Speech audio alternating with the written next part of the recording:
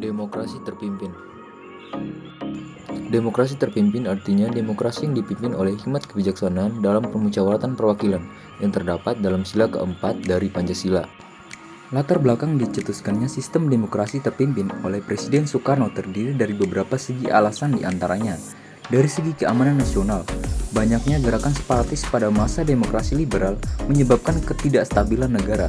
Kemudian, dari segi perekonomian, sering terjadinya pergantian kabinet pada masa demokrasi liberal menyebabkan program-program yang dirancang oleh kabinet tidak dapat dijalankan secara utuh, sehingga pembangunan ekonomi tersendat. Selanjutnya, dari segi politik, konstituante gagal dalam menyusun Undang-Undang Dasar baru untuk menggantikan Undang-Undang Dasar sementara 1950. Adapun masalah-masalah politik demokrasi terpimpin. 1. Kekuasaan Presiden. Pada masa demokrasi terpimpin, Majelis Permusyawaratan Rakyat Sementara (MPRS) mengangkat Presiden Soekarno menjadi presiden seumur hidup. Hal ini sangat bertentangan dengan Undang-Undang Dasar 1945 Bab 3 Pasal 7. 2. Pembentukan MPRS. Ada yang janggal saat pembentukan MPRS. Majelis Permusyawaratan Rakyat yang seharusnya dipilih melalui pemilihan umum, malah dibentuk oleh Presiden sendiri melalui Penetapan Presiden Nomor 3 Tahun 1959. Hal ini sangat bertentangan dengan UUD 1945. Bukankah seharusnya dilakukan pemilihan umum, tapi mengapa malah membentuknya sendiri? 3. Pembubaran DPR dan pembentukan DPR-GR. Gotong royong.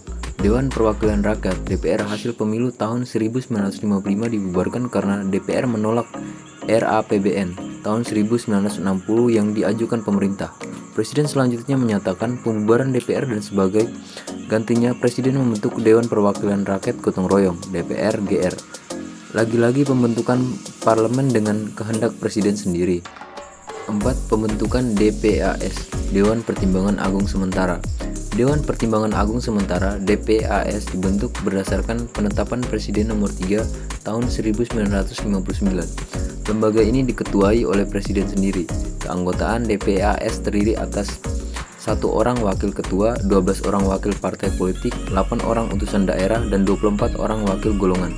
Tugas DPAS adalah memberi jawaban atas pertanyaan Presiden dan mengajukan usul kepada pemerintah. Padahal pemerintah dipegang sepenuhnya oleh Presiden. Mungkinkah hanya untuk memperkuat jabatan saja? 5. Pembentukan Front Nasional. Front Nasional dibentuk berdasarkan Penetapan Presiden Nomor 13 Tahun 1959. Front Nasional merupakan sebuah organisasi massa yang memperjuangkan cita-cita proklamasi dan cita-cita yang terkandung dalam Undang-Undang Dasar 1945. 6. Keterlibatan PKI dalam Nasakom, Nasio Agama dan Komunitas. Upaya penyebarluasan ajaran Nasakom dimanfaatkan oleh PKI dengan mengemukakan bahwa PKI merupakan barisan terdepan pembela Nasakom. Keterlibatan PKI tersebut menyebabkan ajaran Nasakom menyimpang dari ajaran kehidupan berbangsa dan bernegara serta menggeser kedudukan Pancasila dan UUD 1945 menjadi komunis. Selain itu, PKI mengambil alih kedudukan dan kekuasaan pemerintah yang sah. PKI berhasil meyakinkan Presiden bahwa Presiden Soekarno tanpa PKI akan menjadi lemah terhadap TNI. 7. Pembentukan Kabinet Kerja. Ketua Majelis Permusyawaratan Rakyat dan Ketua Dewan Perwakilan Rakyat Gotong Royong diangkat sebagai menteri. Tindakan ini bertentangan dengan UUD 45 sebab kedudukan DPR selalu lambang legislatif sejajar dengan kedudukan Presiden selalu eksekutif. Dengan diangkatnya Ketua MPRS dan DPR-GR sebagai menteri, di mana dalam UUD 1945 dinyatakan bahwa kedudukan menteri adalah sebagai pembantu presiden, maka tindakan tersebut secara terang-terangan telah merendahkan martabat lembaga legislatif. 8. Adanya ajaran Resopim. Adanya ajaran Resopim, tujuan adanya ajaran Resopim, Revolusi Sosialisme Indonesia dan Pimpinan Nasional, adalah untuk memperkuat kedudukan Presiden Soekarno. Ajaran Resopim diumumkan pada peringatan Proklamasi Kemerdekaan Republik Indonesia ke-16.